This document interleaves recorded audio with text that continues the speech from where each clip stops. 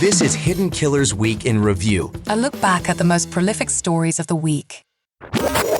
This is the Hidden Killers podcast with Tony Brueski. Featuring retired FBI Special Agent Jennifer Coffindaffer. Maddie Soto, 13-year-old little girl, just got done celebrating her 13th birthday with friends and family. And by the next morning, she was gone, off of the face of this earth, murdered. Who did it? Why did they do it? How did they do it? Who knew about it? And when? Those are all of the questions that are being asked right now. Fingers being pointed very strongly at Stefan Stearns. This is the live-in boyfriend of her mother, Jen Soto. Looking there very closely because they found 2 years worth of sexual material on his device involving Maddie in their home in the bedroom that all three of them shared. Jen Soto not doing herself any favors during the missing portion of this. Well, no one supposedly knew where she was. Those interviews, extremely questionable, contradictory. And I think many of us look at it and just say, these are just straight lies. Like, what is going on here? It's very confusing. Jennifer Coffindaffer, retired FBI special agent, joining us to discuss.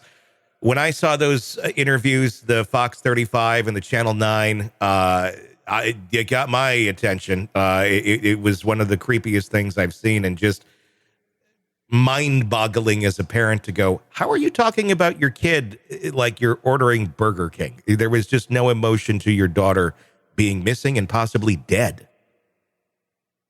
Right, no emotion, and then also that the whole interruption with the howling, screeching, whatever noise you want to say in the back, and just kind of smirking like, oh, she's like, I've heard different guesses as to what that was.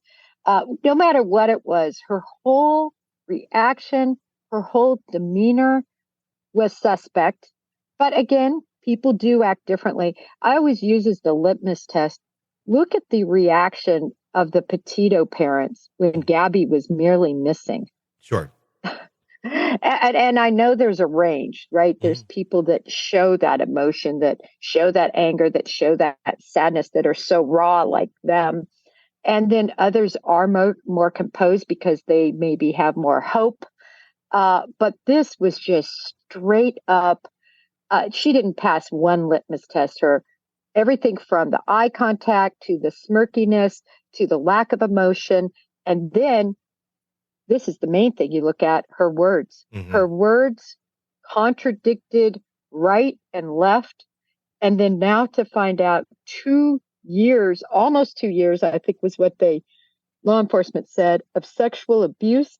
And this is after a factory reset, accidental, of the phone. Yes, accidental. Who just factory resets their phone the day that you discover that, the girl that you've been raping the last 2 years is dead? That's just factory reset the phone today. It's insane. No, it is, Tony, and the needle is directly pointing at Stefan. Mm-hmm. There's no doubt, based on his past activity with her. And they lived in this small apartment, shared a bedroom. Yeah. I am not believing that the mom just had no idea. And this is really based on case after case after case in these situations where the mom well knew what was happening. And I think she's covering for him. Want to listen ad-free? Want advanced access to all of our interviews before anyone else? Become a True Crime Today Premium Plus subscriber on Apple Podcasts. You get every episode commercial-free, so you can binge on true crime until you can binge no more. Search True Crime Today Premium Plus on Apple Podcasts now, or go to our podcast page and sign up now. More of the Hidden Killers podcast next.